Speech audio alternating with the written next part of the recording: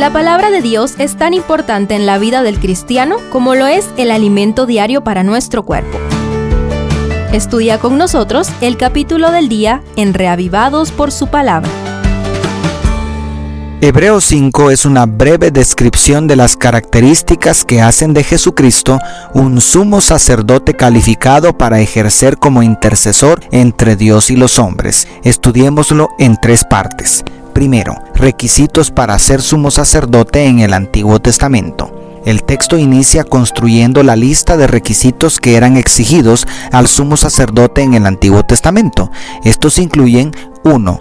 Hombre. Debía ser escogido entre los hombres para poder representar a su pueblo ante Dios y ofrecer dones y sacrificios por los pecados, según el verso 1 de la Nueva Versión Internacional. 2. Comprensivo. Debía tratar con paciencia a los ignorantes y extraviados, ya que él mismo está sujeto a las debilidades humanas, según el verso 2 de la Nueva Versión Internacional. 3. Intercesor. Estaba obligado a ofrecer sacrificios por sus propios pecados, como también por los del pueblo, según el 3 de la misma versión. Y 4. Elegido. No podía ocupar tan alto cargo por iniciativa propia.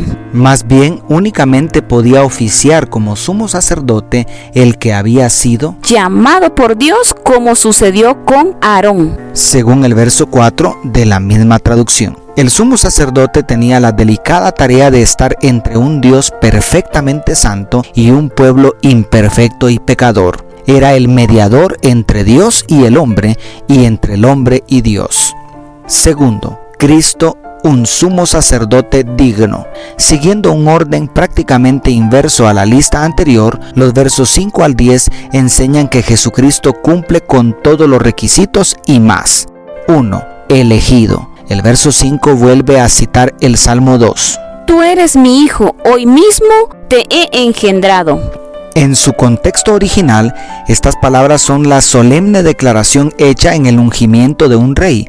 De esta manera, Dios declaraba públicamente que Él lo había elegido. Además, aunque algunos piensan que Jesús también tenía linaje sacerdotal, no es necesario, porque el verso 6, citando el Salmo 110, declara: Tú eres sacerdote para siempre, según el orden de Melquisedec. 2. Intercesor. En los días de su vida mortal, Jesús ofreció oraciones y súplicas con fuerte clamor y lágrimas al que podía salvarlo de la muerte, y fue escuchado por su reverente sumisión, según el verso 7, siempre de la Nueva Versión Internacional. De esta manera, Jesús oró también por sí mismo antes de ascender al cielo a interceder por nosotros, así como los sumos sacerdotes humanos ofrecían sacrificios primero por ellos mismos.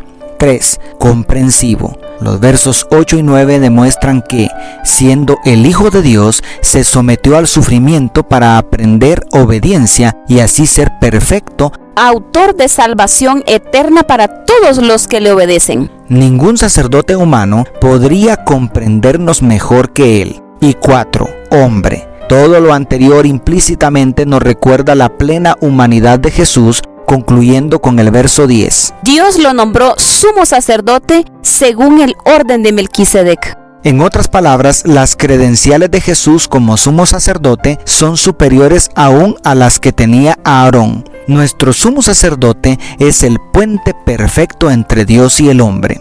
Y tercero, inmadurez de los creyentes hebreos. Por último, el verso 11 inicia otra sección diciendo con total franqueza: Nos gustaría decir mucho más sobre este tema, pero es difícil de explicar, sobre todo porque ustedes son torpes espiritualmente y tal parece que no escuchan. Como dice la Nueva Traducción Viviente, y los versos 12 al 14 reclaman al pueblo cristiano de origen hebreo la falta de madurez espiritual. Después de 30 años de haber recibido el Evangelio de Cristo, todavía parecían niños pidiendo la leche espiritual de las enseñanzas más sencillas, cuando ya deberían estar listos para el alimento sólido de las profundidades de la inmensurable gracia de Dios.